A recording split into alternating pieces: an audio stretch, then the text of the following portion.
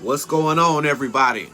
Welcome, welcome to the first of many, a quick 15. I don't have long. I've been working this show, trying to figure out how I'm going to do it in 15 minutes.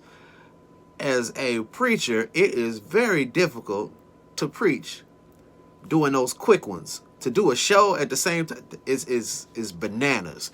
But we gonna do our best and knock this out in 15 minutes. So it's going to go quick. Know that. So check it out.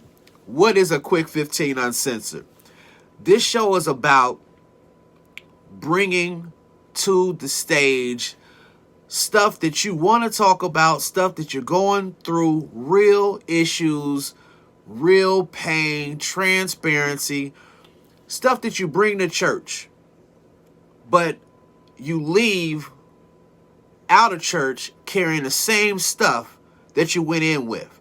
That's not saying that your pastor didn't preach a great message. Praise and worship wasn't great. All those things were awesome, but it didn't speak to your particular issue that Sunday. So what do you do with it? Well, God put it on my heart to put it out here that we're going to talk about whatever it is you want to talk about. So this show is going to be ever evolving, and you can let me know what issues you have. I will not put your name on anything. But if it's something that you really want to talk about, make sure you send me something in your inbox. If it's an issue of yours, something that you've seen, something that you're hearing, people are just chit-chattering, you like, man, I wonder what God is does the word talk about this issue? And you really want to know? Hey, hit me up and we will get it into the show. So just that right there, I've lost 2 minutes. You only got 13 minutes to talk to you. So I want to talk about an issue real quick that everybody is familiar with. If you living on this planet, you have heard about the passing of great basketball legend Kobe Bryant. This is a heart-wrenching story. He was only 41 years old, passed away over a week now in a helicopter crash. What makes it even worse, his 12-year-old daughter was with him in that crash, along with 7 other people. And our prayers go out to the whole family because, you know, outside in, it's terrible. But give it a couple weeks and the stories move on. But those families are still going through those issues. Some of them have not even had funeral services yet. That's just starting to happen. So I want to talk about this because I want to talk about grief, because that's an issue that we all deal with. And I want to talk about something that happened because we all process that differently. And the adversary uses that grief and emotions. Emotions is another word that he uses us to get in. And I want to talk about how something happened this week because it didn't get used correctly. So what happens is everybody's hurting. Everybody wants to talk about it. So of course, people are talking about it like this. Then the interviews start to happen. And of course, there's the big interview that most of you have either heard about or seen with Gayle King. And Gayle King does the interview with Lisa Leslie, who was also a WNBA legend in her own right, and also a good friend of Kobe Bryant's. And she does the interview. Within that interview, she asked Lisa Leslie about the 2003 rape allegation. And I call it an allegation because he was not convicted. There was a settlement in that, more so that it could not be talked about by the person that brought the allegations against Kobe Bryant. So everything was squashed after that. I will also say that Kobe Bryant did say later that he did not believe that he had raped this woman, but did say how he, after hearing her, could understand how she believed that she was raped. And he apologized for that. But nonetheless, I won't get into that type of show. Nonetheless, that was 2003. This is 2020. And in those 17 years, you really didn't hear a peep out of Kobe Bryant. He repaired his marriage, had 4 beautiful children, and went on to have a great 20-year career. In those 17 years, everybody had plenty of time. This was the feeling. I'm not an advocate. I'm just repeating and reporting what happened. Everybody had plenty of time to ask this question. The question was, did she feel that in 2003, would it have a stain on his legacy? Now, she went on to answer that as, no, I don't think that has no bearing on who he was. Once again, it was an allegation. He wasn't convicted, and that isn't who he is, and blah, blah, blah. Went on to kind of squash it and say, answered it to cut it off to where it shouldn't have been asked any kind of other way.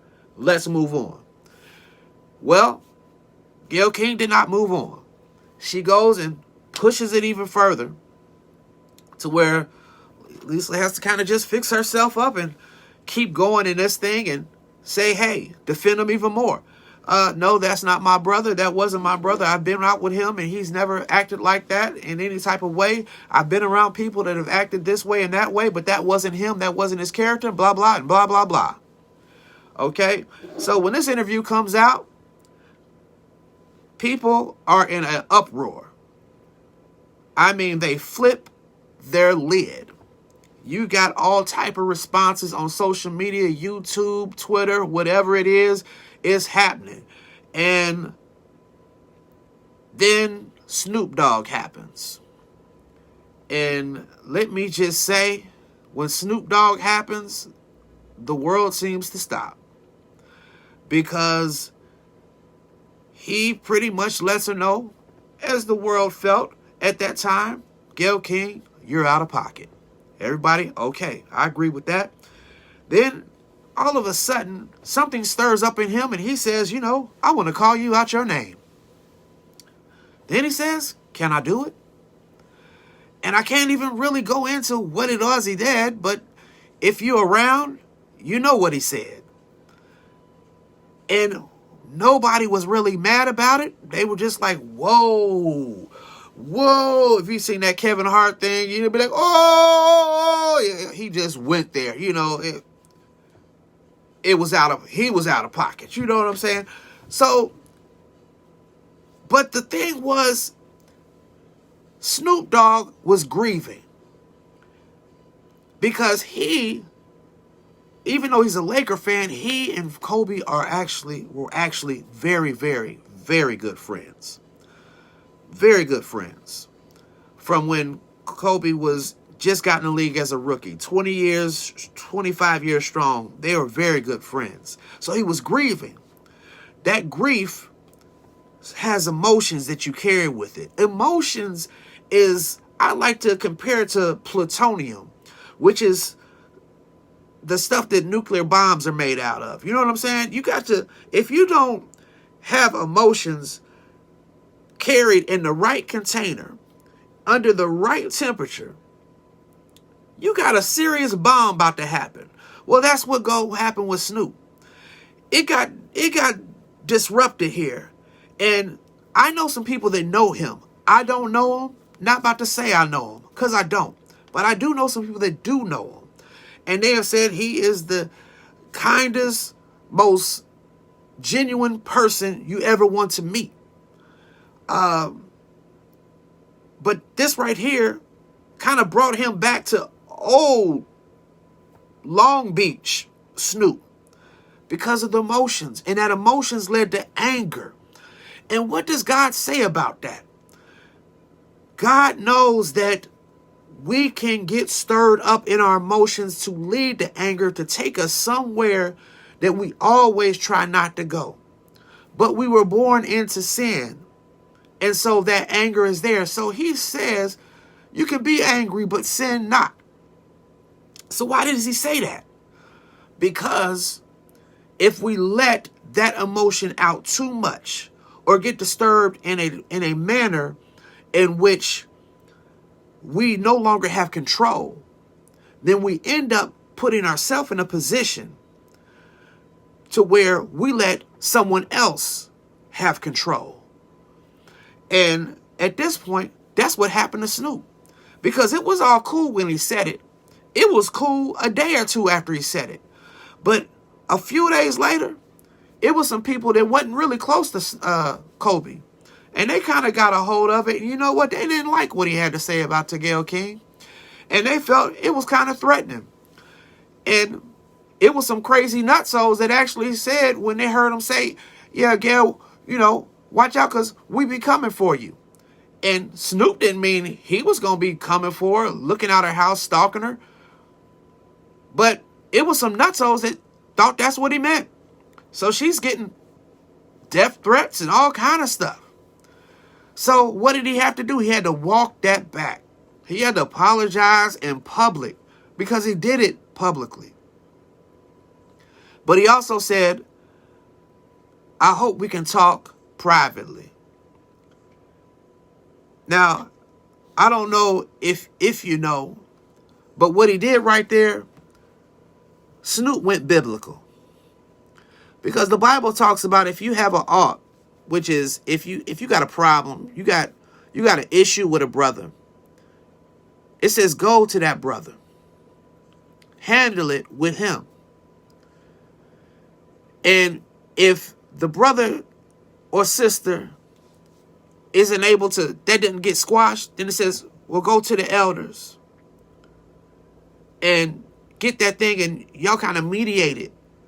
But what it is you deal with it before it gets blown up, before emotions get so built up that anger comes and takes over, before anger opens the door for Satan to come in there and have his works to where he can take advantage and play you like a puppet. Just for a second, Snoop got played like a puppet. But he was smart enough to apologize publicly, walk that thing back before the adversary could really have his way with him. So I say this to you. When your emotions get stirred up and it turns into anger, but that anger has you cross a line that you shouldn't cross, and that turns into some sinful action, it's never too late to walk it back. Ask God for direction and walk that thing back. Because the sooner you can walk it back, the sooner you can take your life back. Don't have the devil playing you like this, were you a puppet? Don't ever be his puppet.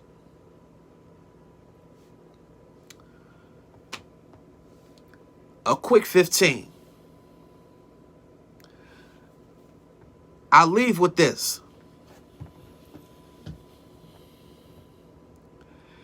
If ever there's a time